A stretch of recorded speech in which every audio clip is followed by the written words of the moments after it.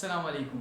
अगर आपकी एड़ियाँ फटी हुई हैं या आपकी एड़ियाँ बहुत ही ज़्यादा रफ़ हैं और इनमें ज़ख़म आ गए हैं तो इन सब से मज़ीद परेशान होने की ज़रूरत नहीं है, क्योंकि आज की वीडियो में आपके लिए यही रेमेडी लाया हूँ जो कि आपकी जो फटी हुई एड़ियाँ होंगी इसको इतना ठीक कर देंगी कि आपकी जो एड़ियाँ बिल्कुल नरम मुलायम हो जाएंगी। अच्छा, सबसे पहले बात कर लेते हैं कि जो हमारी एड़ियाँ होती हैं ये फटती क्यों हैं या फिर रफ़ क्यों होती हैं, इनके ज़ख़म क्यों आ जाती हैं। देखिए, जो एड़ियाँ होती हैं ये हमारी स्किन का ये पार्ट होती हैं और जो हमारी स्किन होती है ये बहुत ज़्यादा ड्राई हो जाती है, तो फिर जो हमारी स्किन होती है ये क्रैक होना शुरू हो जाती है, ये ड्राई हो जाती है, हमारी स्किन के अंदर भी दरारें आना शुरू हो जाती हैं। ये जितनी भी दरारें होती हैं ये सारी पानी की कमी की वजह से आती हैं और इस सबको हम ठीक कर सकते हैं, क्योंकि अगर हम पानी को बहुत ही ज़्यादा पिएँ तो फिर जितनी भी दरारें होती हैं हमारी स्किन के अंदर जो रफ स्किन होती है ये सारी ठीक हो सकती हैं। लेकिन स्पेशली जो एड़ियों वाला पार्ट होता है इसको हम इतनी जल्दी ठीक नहीं कर सकते पानी पी पी कर, वो इसलिए क्योंकि जो ये पार्ट होते हैं इधर जो स्किन होती है बहुत ही ज़्यादा मोटी होती है, बहुत ज़्यादा रफ़ होती है यहाँ की स्किन। और दूसरी बात, यहाँ पर जो हमारी खून की रगी होती हैं ये भी इतनी आसानी से पहुँच नहीं पाती, जिसकी वजह से क्या होता है कि जो पानी होता है वो भी हमारी जो एड़ियाँ होती हैं इन तक नहीं पहुँच पाता।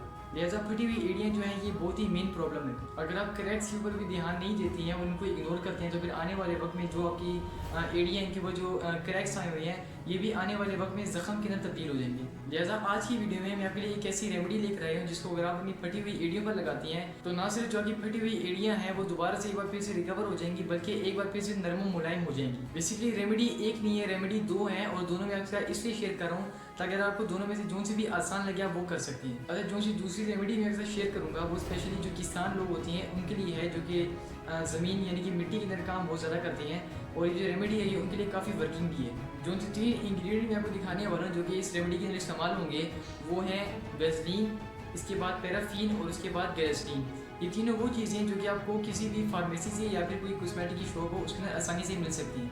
अच्छा, वेज़लीन कौन सी असली है कौन सी नकली है, यानी कि रियल और फेक में फ़र्क किया है, मैं आपको वो भी दिखा देता हूँ। देखिए, जो सी रियल होती है वेज़लीन उसको आपको इस तरह सामने से खोलना पड़ता है, इसकी जो ओपनिंग होती है ये सामने से होती है, जैसे कि मैं आपको इसके अंदर दिखाता हूँ, सामने से इस तरह से खुल गई। और जो फेक वाली होती है उस फेक वाली वेज़लीन को आपको यहाँ से ट्विस्ट करना पड़ता है, जब इसको यहाँ से ट्विस्ट करते हैं तो फिर वो खुल जाती है। बेसिकली रिजल्ट दोनों की अच्छी होती हैं, लेकिन जो सबसे बेहतरीन रिजल्ट होती हैं वो इंपोर्टेड वाली वेज़लीन की होती है। लिहाजा बेहतर है कि आप इसी को इस्तेमाल करें।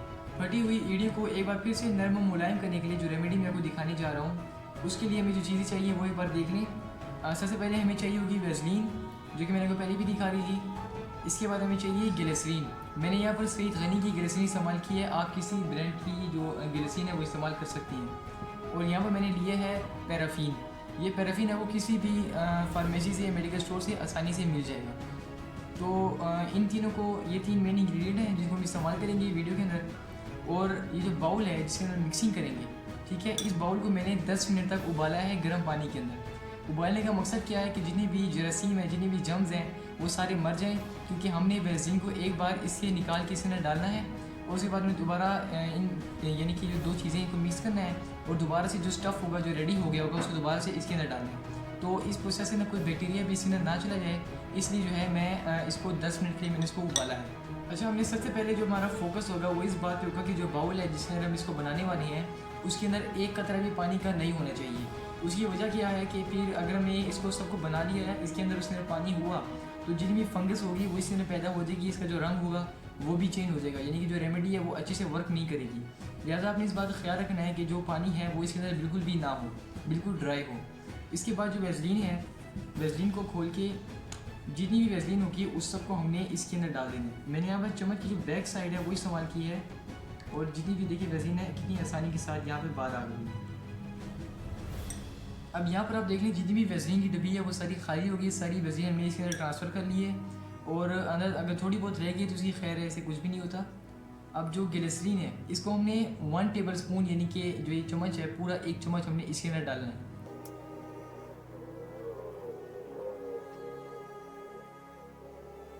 यहाँ पर इसको इस तरह डाल देते हैं, और इसके बाद जो पैराफिन होगी, पैराफिन को भी हमने 1 टेबल स्पून इसके अंदर डालना है।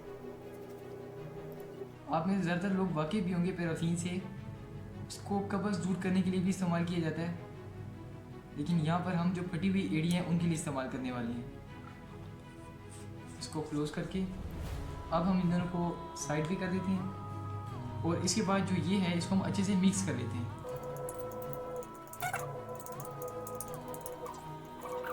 अच्छा, इस प्रोसेस से मुझे ये लग रहा है कि जो पैराफिन है और ग्लिसरीन है वो इसमें थोड़ी कम पड़ गई है, क्योंकि ये जो है थोड़ी सी गाढ़ी सी है, हमें इसको थोड़ा सा यानी कि पतला सा बनाना है। तो इसके लिए मैं क्या करता हूँ कि थोड़ी सी ग्लिसरीन जो है वो और भी इसमें डाल लेता हूँ।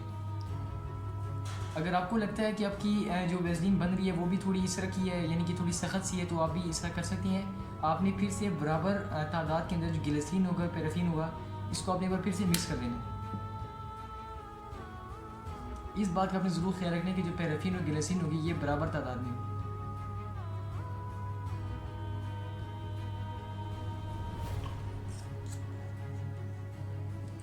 यहाँ पर हम इसको एक बार फिर से मिक्स कर लेते हैं। अच्छा, यहाँ पर जो हमारी आखिरी शक्ल है वेज़लिन की वो इस तरह की तैयार हो गई है, और अब हम इसको ट्रांसफ़र कर लेते हैं वापस वेज़लिन की डब्बी के अंदर। जी, तो यहाँ पर जो हमारी वेज़लिन है वो इसमें ट्रांसफ़र हो गई है, इसको भी हम साइड भी कर लेते हैं। देखिए, ये जो वेज़लिन है यहाँ पर मैं अपने हाथ के ऊपर भी लगा के दिखाता हूँ। तो यहाँ पर मैंने वेज़लिन ली है और इसमें यहाँ पर अगर लगाऊँ, मैंने अच्छी खासी क्वान्टिटी के अंदर लगाया है, और मैं इसको अपने पूरे हाथ के अंदर अगर एब्जॉर्व करूँ तो ये आसानी से एब्जॉर्व हो जाएगा, क्योंकि जो वेज़लिन है ये बहुत ही अच्छी क्वालिटी की है, अच्छे ब्रांड की है।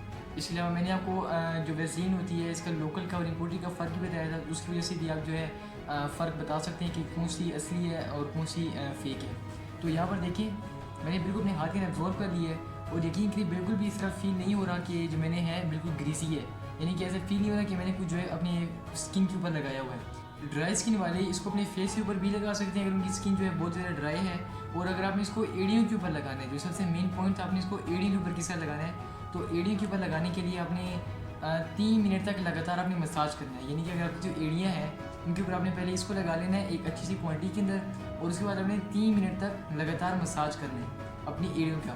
फिर आपने जुराबें पहन लेनी है और फिर आपने सो जाना है। फिर जब आप सुबह को उठेंगे अपनी नींद से, तो फिर आपने जो एड़ियों के ऊपर आपने वेज़लिन लगाई हुई है, तो फिर आपने वो जो एड़ियाँ होंगी उनको अपने नीम गर्म पानी के साथ दोबारा से धो लेना। और चूंकि जो एड़ियों की स्किन होती है बहुत ज़्यादा मोटी होती है, बहुत ज़्यादा सख्त होती है, तो इसके अंदर अच्छे से एब्जॉर्व करवाने के लिए वेज़लिन को आपने सर्कुलर मोशन के अंदर मसाज करना है। मीन्स की जो सर्कुलर मोशन होता है ये इस तरह का मोशन होता है, यानी कि आपने पहले जो थोड़ी वेज़लिन आपने वो लगा ली अपने हाथ के ऊपर, उसके बाद जो आपकी 4 फिंगर्स हैं उनके साथ आपने गोल गोल इस तरह, ये आपका सर्कुलर मोशन हो गया। तो ये तरीका एक बेस्ट तरीका मान जाता है किसी भी चीज़ को अपनी स्किन के ऊपर एब्जॉर्व करवाने के लिए। अच्छा, जो मेरी सेकंड रेमेडी है जो कि आप इसकी मुतबादिल में इस्तेमाल कर सकते हैं, अगर आपके पास यानी कि आप किसी ऐसी जगह पे रहती हैं जहाँ पर आपके लिए पैराफिन और वेज़लिन का मिलना मुश्किल है, तो उसके लिए मैं उन लोगों के लिए मैं एक स्पेशल रेमेडी लेकर आया हूँ जो कि इसकी मुतबादिल में वो लोग इस्तेमाल कर सकती हैं। अच्छा, अब इन सब में से जो ये 2 चीज़ें हैं इनको मैं साइड भी कर लेता हूँ, और जो बाकी हमारा जो रेमेडी होगी हम सारी इससे चलाएँगे। देखिए, अगर आप जो सेकंड रेमेडी है, अगर आप इस तरह के इलाके में रह रहे हैं जहाँ पर आपके लिए वेज़लिन का मिलना भी मुश्किल है और पैराफिन को मिलना भी जो है आपके लिए बहुत ज़्यादा मुश्किल है, तो फिर आपने क्या करना है, जो आपके पास साबुन हो, कोई भी अच्छी सी कंपनी का साबुन, जैसे कि डव हो गया या फिर लक्स हो गया, इसको आपने आधा काट लेना है, यानी कि एक साबुन का बार उसको आपने आधा बीच में काट लेना है। फिर जब वो आधा हिस्सा होगा ना, आपने उसको पानी के अंदर 1 घंटे तक भिगोना है। आपने उसको पानी के अंदर भिगो लेना है, और वो 1 घंटे तक जो भीगा रहेगा ना पानी के अंदर, तो फिर वो इस तरह हो जाएगा जैसे कि एक क्रीमी सा टेक्सचर होता है, जैसे कि ये जो वेज़लिन है ना, बिल्कुल इस तरह का टेक्सचर हो जाएगा साबुन का। उसके अंदर आपने जो है फिर 2 चम्मच ग्लिसरीन की डालनी है। जब आप उसके अंदर 2 चम्मच ग्लिसरीन की डाल लेंगे, तो उसके बाद बिल्कुल इसके मुतबादिल में आपके लिए जो साबुन वाला पेस्ट होगा वो रेडी हो जाएगा।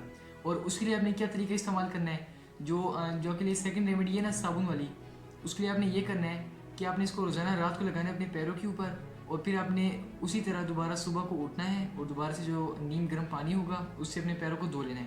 आपने ये 3 दिन तक लगातार ये अमल करते रहना है। इसी वजह आपकी जो एड़ियाँ होंगी आपको खुद ही फ़र्क महसूस होना शुरू हो जाएगा, और जैसे आपको फ़र्क महसूस होगा तो उसके बाद आपने हर 1 हफ़्ते बाद ये जो तरीका है वो तर्ज़ अमल आपने सारा दोहराना है। या फिर अगर आपका जो पैर है वो बहुत ही ज़्यादा बुरी हालत में है, तो फिर आप हफ़्ते में इसको 2 मरतबा करें।